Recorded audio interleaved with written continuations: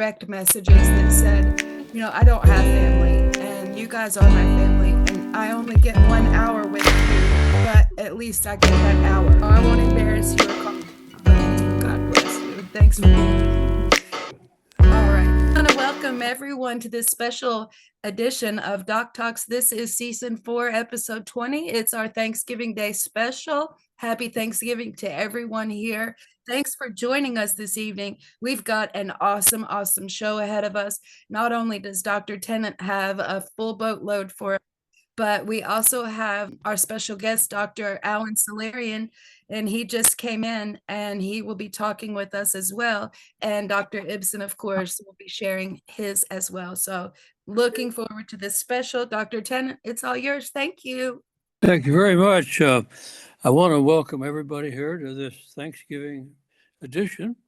Holidays can be pretty tough on a lot of people because as all of you know, when you become old and you become sick, and can be a little lonely during the holidays, and we're glad you're here. It is Thanksgiving, and I will say this: I'm going to give a little thanks today because never in my early career, when I began working with intractable pain and the terrible conditions that are associated with it, did I ever think we would be here on a podcast, kind of a family, and making some headway. Little did I realize we would have a movement in the country to try to get not just pain relief, but some decency in life for people who are terribly ill with chronic disease. And you'll hear from 2 doctors. Of course, Dr. Ibsen, but we have another doctor here who's very much in the advocacy movement, and this is all great to see. So I just want to tell everybody that I personally am very thankful to be here. I'm thankful we have these meetings. I'm thankful to Jamie. We've kind of created a nice family, if you will, for those of us who have rare diseases or who treat those rare diseases. To start the Thanksgiving thankfulness appropriately, I've got a couple of letters in the last 2 or 3 days that I thought are worth reading. The first one is from a lady who I assume she's middle-aged and certainly got a lot of problems. And she's written me, and I'm going to read her letter to me. It says, "Dear Dr. Tennant, I've met some people who were your research patients and are pain-free now. Is there a chance for that in my case? I'm trying to stay hopeful, but obviously scared, as I had no symptoms of arachnoiditis or pain before my lumbar puncture. I'm shocked to find out it turned adhesive in just 2 weeks." But the point is, she talked to some people in our studies that are pain-free now. I would say that's worth being thankful for. The first goal is some pain-free hours, then maybe the pain-free may come later. Second letter I got is from a young man, I think only in his 30s. And he writes and says, "Dear Dr. Tennant, some of my friends on Facebook have been on your protocol for arachnoiditis and say they have been cured by it. What are my chances of being cured by it?" Well, first off, I want to make a couple of things very clear. We don't really know or think that cure is really a good word. What we do think in our research studies is that control is a pretty good word. We think near cure is a pretty good word. But the point I want to make is that at least we've developed some things of progress to where we're getting some people into being pain-free a lot of the times. And we are starting to see some things that look like cure or near cure. But I want to make a specific point here this evening about that word cure, and particularly as it relates to adhesive arachnoiditis and to CRPS. I want to make it, we're going to focus on those 2 issues is what we usually do each day.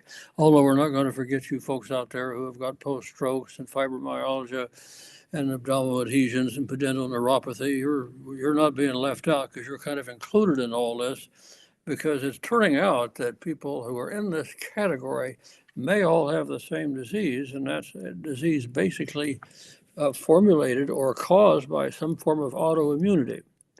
Another subject I'm going to touch upon with this is COVID.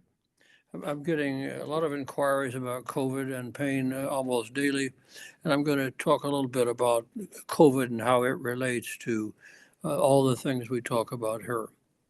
To take you on a journey, I'm going to relate the quest for the cure. It goes back seriously for me about 8 years ago. About 8 years ago, we noticed in my intractable pain research clinic, which was just a small clinic in which I started doing research, I think 40 or 45 years ago.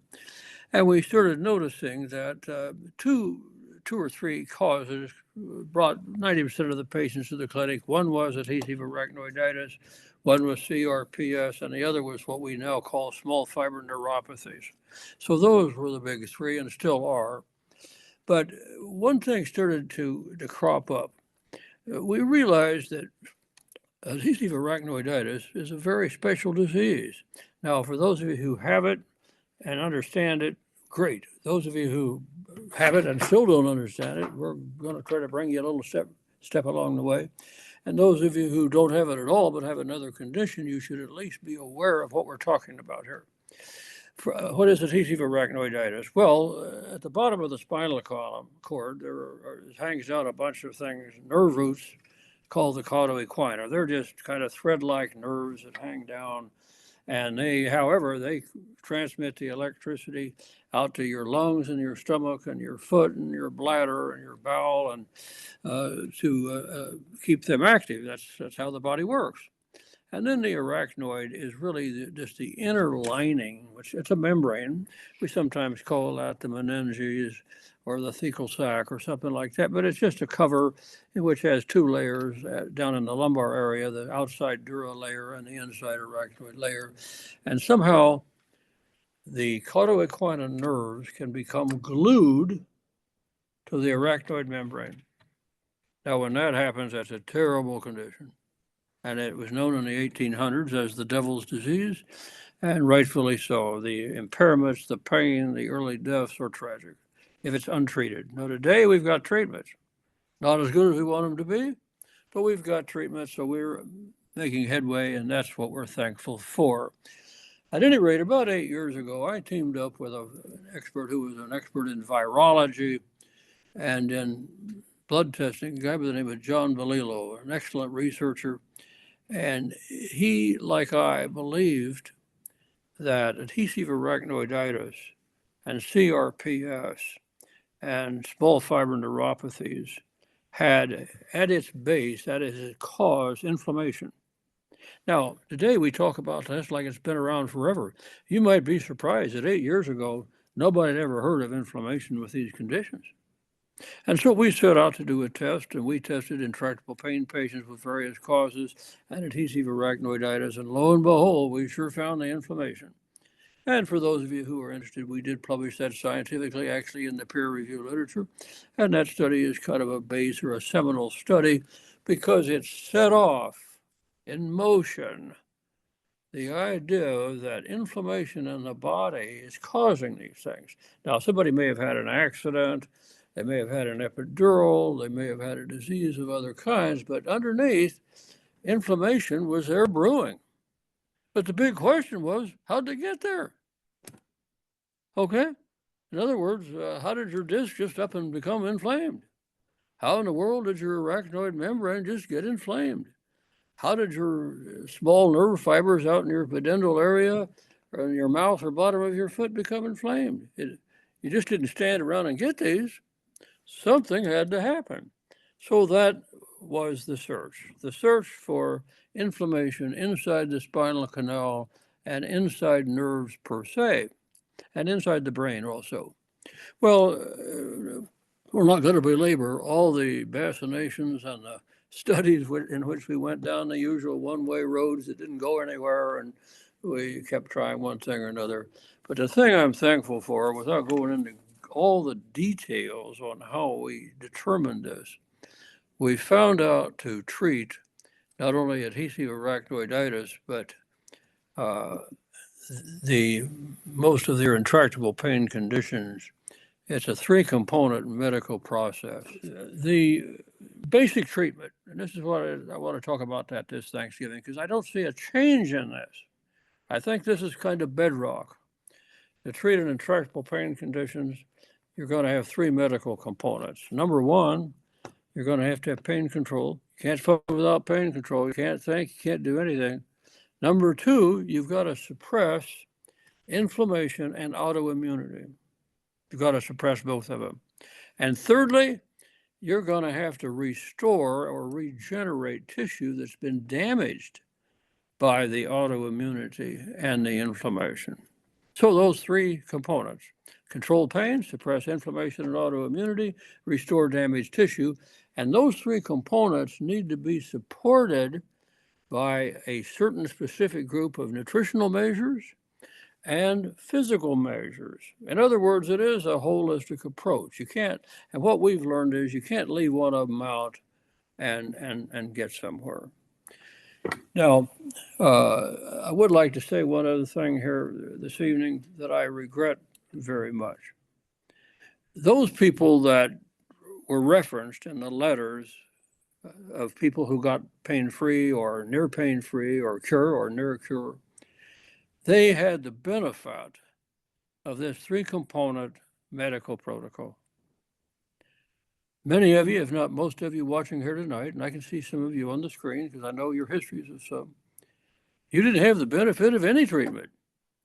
As a matter of fact, some of the treatments you've had probably sent you backwards. They probably harmed you. And what's happened? You've now been left with a lot of debility, a lot of pain, a lot of impairment, and a lot of loneliness. And I hope we can come up with better and better ideas to reverse a little bit of all of those things. But I do want you to know that it gets a little hard sometimes for me to talk about these conditions because on the one hand, we're very excited for the new cases. We can do something.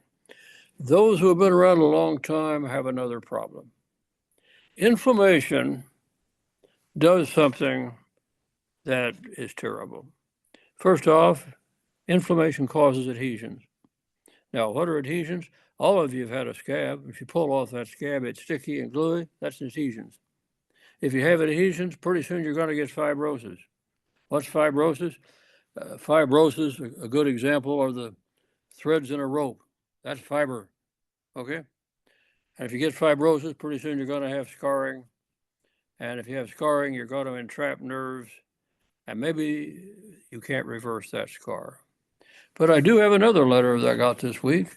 It says, "Dear Dr. Tennant, I understand that some people have reduced their scars. I didn't think this was possible. Is it actually possible to reduce scars and get some pain relief?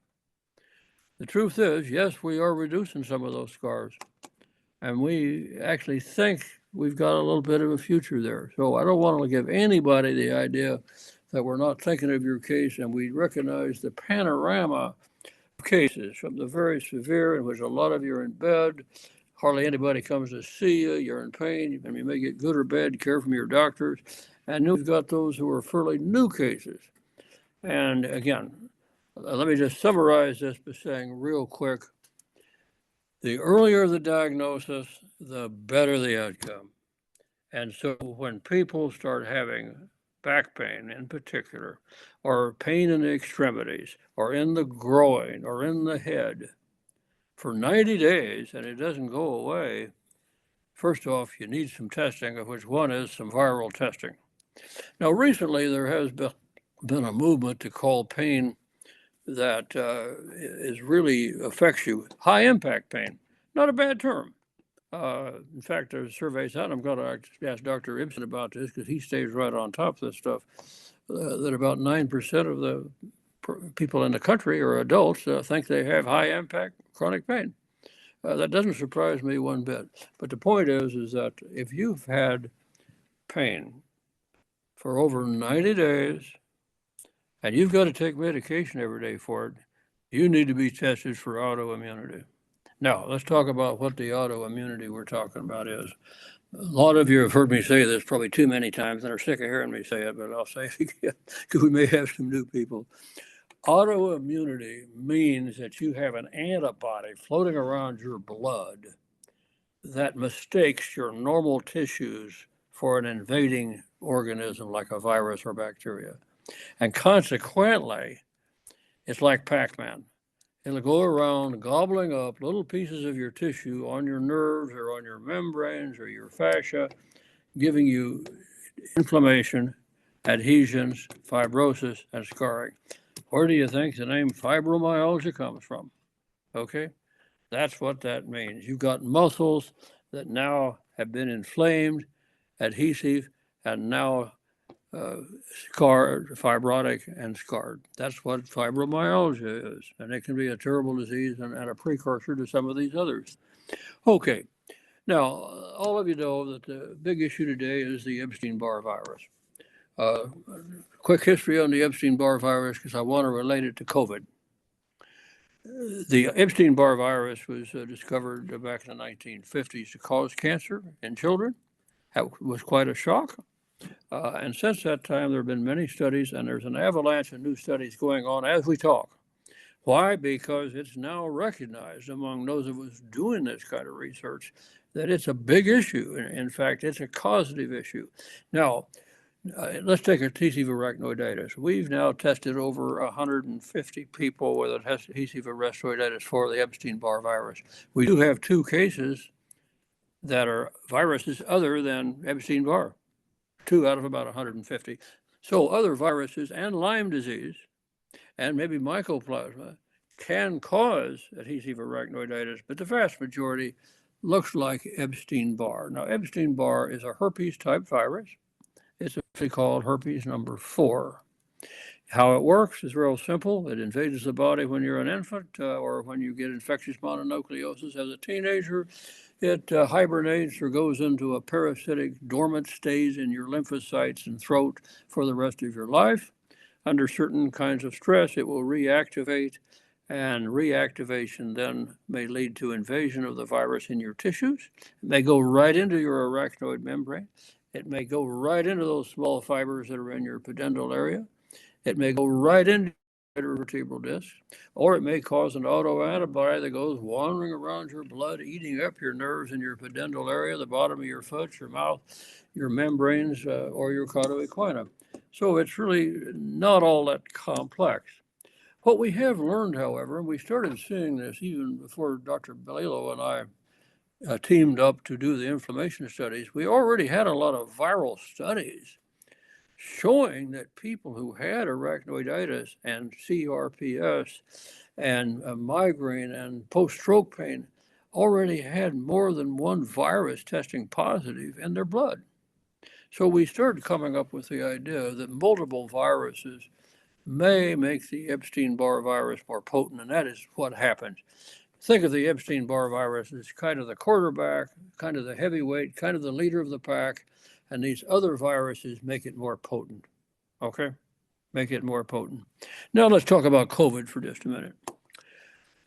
COVID, I don't need to tell you a whole lot about it in some ways because everybody's familiar with it, but I do want to make the point that COVID is being hyped on the media from both ends. Some are saying there's nothing to be worried about. Others are saying it's a disaster and it's brand new. We've never seen a virus like it. And none of these things are quite true that you hear. Let me give you a little bit of viral facts, if I will. We have known about viruses for well over a century and a half. Viruses were first suspected in mad dogs, rabies. That was the first suspicion of viruses, and then they found out that viruses were smaller than bacteria and what have you. But bottom line is, in 1918, the United States and the rest of the world had a terrible flu epidemic from a virus, flu virus. And did it cause long complications? Oh, yes, it sure did. Up until in recent years, if you had Parkinson's disease it would likely came from having the 1918 flu virus. So this idea that long COVID is somehow brand new, we've never seen it, and it's all upsetting, and we got to do this or that, that's all nonsense. We've been seeing long complications of viruses for a long, long time. Now let's take the second big one, polio. Ever heard of paralytic polio? Sure you have. Everybody's forgotten that there was long polio, and it caused a lot of neuropathies. As a matter of fact, you might be interested to know, when I started doing intractable pain treatment in the 1970s, the second or third most common cause of intractable pain was polioneuropathy. They'd had polio as a child, but they had long polio with painful neuropathy. Okay? Later on, in about the 80s or 90s, we had something called the West Nile virus. Now, it wasn't a very well-known virus, but boy, did it have a long complication. It caused, after it was over, the worst non-migraine headaches you'll ever want to see. So now we've got COVID, and COVID does have some carryover, or what they like to call long complications of vertigo, dizziness, some pain, and some other symptoms. Nothing real specific yet, but a lot of other vague symptoms. But the COVID does do one thing. We've received any number of reports that the arachnoiditis, the CRPS, the pudendoneuropathy, the small fiber neuropathies have gotten worse with either active COVID or the COVID vaccine, or whether they now have the so-called long COVID. Okay. How do you treat it? Well, I'm going to have to move on, but the long COVID, the treatments are a lot of them are symptomatic, and there's no one specific treatment for it. And I don't have time to go in all the recommendations on treating both the Epstein-Barr virus, whether it's been accentuated by COVID or not. We've now working those things out. And I do want to tell you one thing before I move on with our guest. Those people that have been doing the best and have been getting that cure or near cure, or their pain is pretty well gone, have tackled the Epstein-Barr, have been tested and used measures to both prohibit reactivation and suppress the autoimmunity and inflammation. Our two old standard drugs, ketorolac and methylprednisolone or dexamethasone, have been essential. So I'm going to leave with that. We'll have to save that for another time. But I did want to tell you and conclude that based on our observations and studies at this time, and it may change later, those people who have been doing the best are getting some good pain control, but they're also tackling the Epstein-Barr and COVID and other viruses with things that do suppress autoimmunity and suppress the virus. And I'm not talking about antiviral drugs now. We're talking about other measures, not antiviral drugs. They don't work very good in this situation. So anyway, we'll try to cover more of that later, but we're trying to get as much written out as we can. Next week, I plan to take off from my regular day job. I do have a day job running a company, but I do this kind of as a volunteer. I hope to have a little handbook written for doctors next week called the testing and treatment of Epstein-Barr virus and chronic pain conditions. I hope that little handbook will be done by the end of next week, because I know I'm getting a lot of requests for it. Anyway, it's my great pleasure to move on tonight and introduce a guest who has a lot of messages. Dr. Alan Salerian had a very distinguished medical career. He's gone on the advocacy, train, rightfully so. He's one of the physicians who has certainly been targeted. He's certainly one of the physicians who has a story to tell that needs to be told. And with that, Alan, are you on with us? Yes, hi. Welcome, Dr. I'm very happy. I'm very proud to be your guest. You are one of my heroes, and what a way to meet you like this. I've been an admirer of you and your research, your leadership, everything you've done, and heartbroken for what my government did to you. But the good news is we're learning, we're evolving as a nation, we're evolving as people, and we're learning. That's the best part, that what I have learned from my own experience, and I think perhaps from yours as well, that all the problems that we're facing are fixable. That's the greatest news. The problems we have with DEA, the problems we have with my favorite topic, JFK assassination, they're all fixable because they come down to human failings and honesty and dishonesty. And if we fix this, we're in a very, very good, fantastic position to move forward.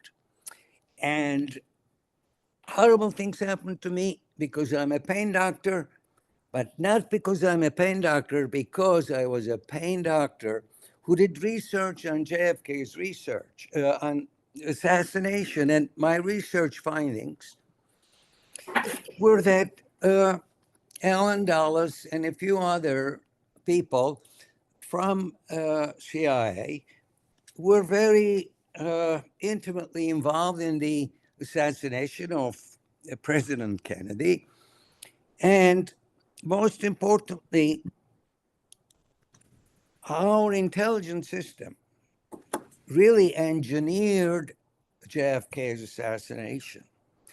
This really broke my heart because this is in violation of our Constitution, number one. And number two, it was perhaps a poetic coincidence that they came after me supposedly for my pain practice, but they let me discover the truth, because when they raided my office and my home, they also used a date rape drug. They drugged me in my own office, and then an FBI agent, out of anything, interrogated me about my JFK research. It took me 3 months to realize this in retrospect. Now, maybe I'm jumping around or going fast on this, but the article that I had published in Medical Hypotheses in 2009, I believe, was about a special poison, oxytocin, developed by CIA, being used in the assassination of President Kennedy. And imagine, after the publication of this article, before anything happened to me, the editor, Ritz-Carlton, of Medical Hypotheses, with Mickey Mouse excuses, fired. Then the raid came. The raid to my house and to my office. But the worst thing was not what happened to me or even to my family, but what happened to my patients. 7 patients of mine committed suicide within 1 year after the closure of my office. My attorney and Siobhan Reynolds, a wonderful friend, a pain advocate, they were killed under very suspicious conditions. And 7 patients committed suicide. Now, they also sent me to prison. And in prison, bad things happen. But I come back, all the good news forced me to think about how all these things are fixable, because what DEA has done is an extension of what CIA, and I wouldn't say CIA, it's certain individuals, because how we know about the dirty things about our intelligence agencies is that a wonderful guy like William Colby, the former director of the CIA, testified before the Senate Intelligence Committee in 1975 detailing these things and basically saying this is what we did. So it's not about systems, but it's about individuals. And when I examined what happened to me, what I saw was very clear cut. These are all what I call KGB tactics.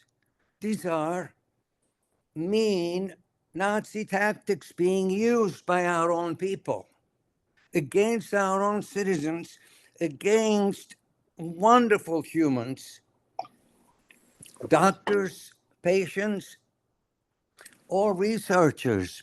I saw parallels between what's been happening to the JFK assassination researchers and that community and the honest voices who have spoken up, and what's been happening to pain doctors, for $20,000 to go down in not a reaction. There are 1 million doctors. Where are we? Weren't we speaking up? Why aren't we saying there is something wrong? People will not go to medical schools to become drug dealers. Criminalizing medicine has been an insane idea. But it's up to us to protest and take actions because these are fixable problems. And the conference that I'm planning to do is really half dream, half reality, but it's coming together. That is, I wanted to mix fine arts, my paintings, my creativity, with pure science and present some very painful news that are very difficult to discuss. It's easier to show the truth to my fellow citizens about the mistakes that we made in the past. Our guilt, I believe, stops us from discussing these things. And the lies are very big. We should not be waiting for 60 years for JFK papers to be released. We already know it's been proven. There's fantastic research from David Mantik, from James Fetzer, and so many other souls clearly showing that a group of people got together and violated our democracy and killed our president. And this is not us. That's the parallel that I see between the pain crisis and the persecution of pain doctors in this country and how we have been dealing with President Kennedy's death. And it's an emotional thing. I was only 13 and I lived in Istanbul. I didn't speak English, but my father loved President Kennedy and cried when he died. And my father said, I think CIA did it. I did not know what my father was talking about, but it stayed with me. And after I began my research and read all the publications, it was very clear to me that this was not just a job done by an insane person, Lee Harvey Oswald, that this was an organized crime against humanity. And not only that, what followed President Kennedy's death is a very sad chapter for us. Very sad. We killed hundreds of innocent people to keep these dirty secrets. Reporters, witnesses, anybody who wanted to speak up, and there were many, many, many honest people. These are all heroes. They got killed. This is, again, I come back. This is not America. This is not the Constitution. But what I learned is, in modern world, with modern technology, we have now fantastic methods of deception. And we can deceive large masses. We can confuse the people.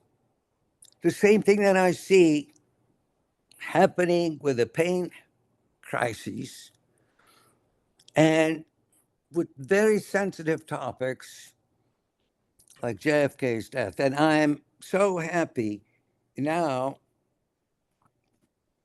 that at least Bobby Kennedy Jr.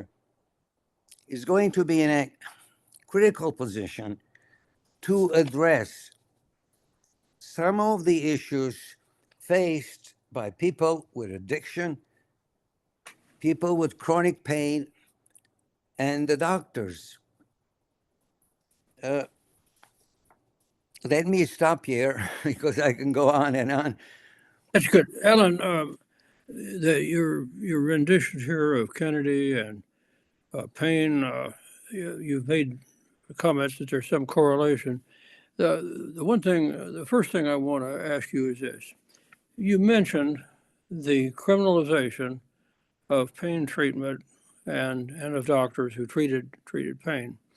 Certainly, in my own situation, it was DEA and the Public Health Service who got me into doing intractable pain treatment clear back in the 1970s. I worked for DEA at one time as their major consultant. And then we got on into the 1990s in California. We passed the Intractable Pain Act. We made sure everybody got pain. We had the fifth vital sign around the turn of the century. Can you pinpoint maybe to start with the time frame, and then above all, it's very clear one thing happened. What DEA and medical boards in their own regulations said what was legitimate medical practice was flipped over to be a crime somewhere in this century. The very same treatment, very same patients. All of a sudden, it's a crime to treat those people, and that doctors shouldn't be treating them. Can you pinpoint when did this change occur, and why do you think it occurred? I cannot pinpoint the date. I know it's been several decades, but I can say that money is a big factor because we have a good number of industries now benefiting from the status quo. It's as simple as that. We now, maybe I'm copying or repeating what President Eisenhower said about the military-industrial complex and the connection between that, the interests, money, and wars. It's a very easy way to stigmatize and vilify people, like people with chronic pain and addiction, and then take advantage of them. But there are also a number of people who are benefiting from it. Could you give us a list? The prison systems are benefiting from it. No, let's go right there. Now, who is making the money and benefiting from the wipeout of pain treatment and pain physicians? Who's benefiting with this? I think, first of all, DEA is benefiting. It's why do I say it? I'll share a personal experience. DEA came and confiscated 3 cars and $180,000 from me. Okay, years passed, imprisonment, all other nonsense.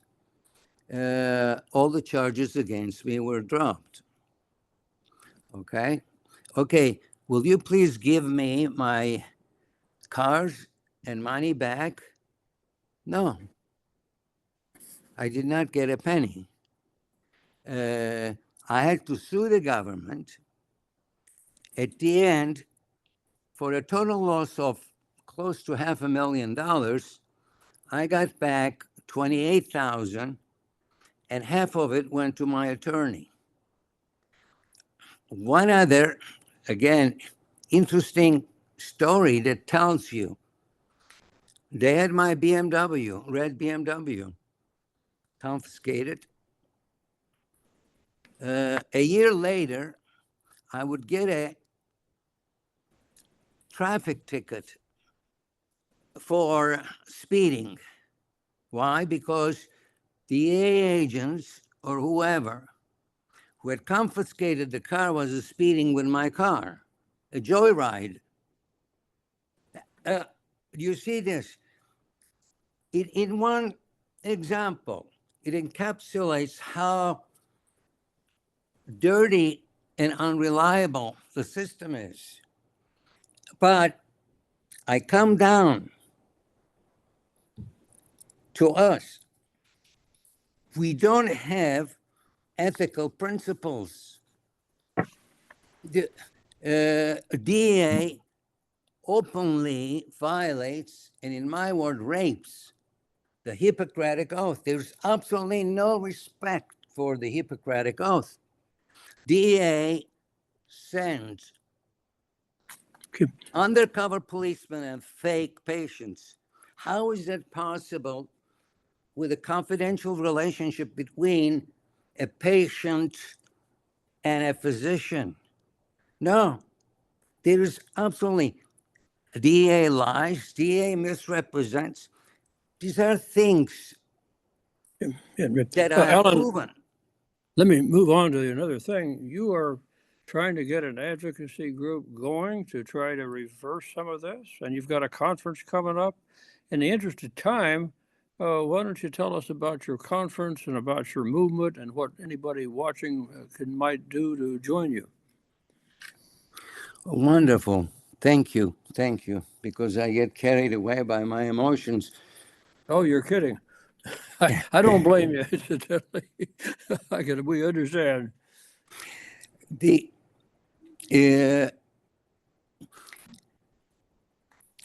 mission of the conference is to get a presidential pledge for governmental integrity and honesty.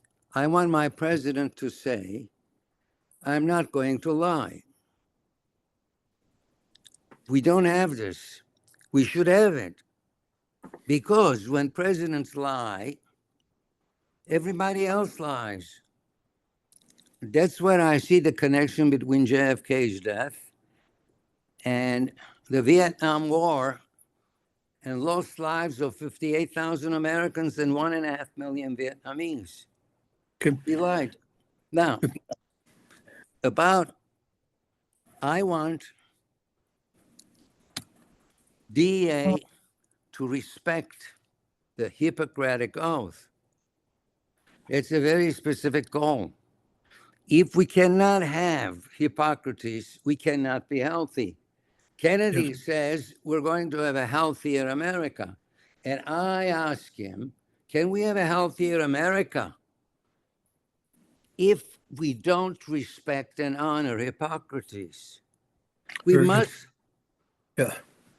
You bet. Alan, I don't want to interrupt her, but I need to call Dr. Ibsen on because you're trying to help an advocacy movement. Gosh love you.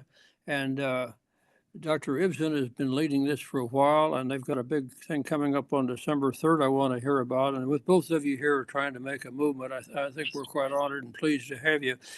Mark, are you here to where you can ask Alan any questions you have? But above all, tell us, I want to know about the December 3rd conference and how you think all this advocacy is going to play in. Are we going? I think we're getting somewhere, aren't we? Yeah, we are up and down, but I think the baseline's going up. So on December 3rd, there's a presentation by the Cato Institute, which should have lots of penetration. And Dr. Salerian, I'll send you an invitation to it. It's a 90-minute presentation hosted by Dr. Jeffrey Singer of the Cato Institute, and he'll be moderating it. It starts off with the presentation of the case of Brandy Stokes, who is a patient who's been mistreated by the system in Maine, and then followed by a conversation with Kate Nicholson and Ron Chapman, both attorneys. Kate is an attorney who's had chronic pain, and Ron Chapman is an attorney that defends doctors against government attacks. So I think we're in the same ballpark with you, Alan, and we want to endorse what you're up to and invite you to that conference, and I want to come to your conference. So I'm looking for more information about when the conference is and who's attending. I think you're onto something. I think that integrity is, of course, disintegrating before our very eyes. And in fact, somebody asked me to read this poem, and I think I'll just do it again because I read it earlier today. Wheelhouse. I stand in the wheelhouse of our humanity, responding to reports of calm seas while navigating a Class 4 storm. And I know that my shipmates and I are on our own, and that we will weather this storm, just like you have, Dr. Salerian, and return to port and have something to say to the shore-bound navigators who kept lying to us about what was right before our eyes. And I think the honesty, the dishonesty, the lying is right at the core of what everyone on this call is experiencing. And we have to restore the sacred physician-patient relationship and get the government out of the exam room. And I applaud your efforts. I applaud your tenacity. I applaud your willingness to risk everything again and again and again and again and again. You're a hero to me. Thank you. Thank you. Thank you so very much. Yeah. Dr. Salerian, if you would not mind, would you let us know some of the details, if you could, of your exhibit that's coming up, and the date and the location, so everyone can start to get their schedules ready? Mine is on January 5th, 2025 at Ritz-Carlton in New Orleans. It's an all-day conference on American heroes, silent heroes, and then exhibition of my paintings. And I use my paintings to tell the stories of silent heroes. But then I have bigger dreams. I'm hoping that either in May or September, we're going to have a march. I plan a march from my former office on Wisconsin Avenue in Northwest Washington to the Capitol to meet with Bobby Kennedy. And it will be me and my wife in a wheelchair. If nobody comes, two of us are going. But I hope people will join me. And we will wear white coats.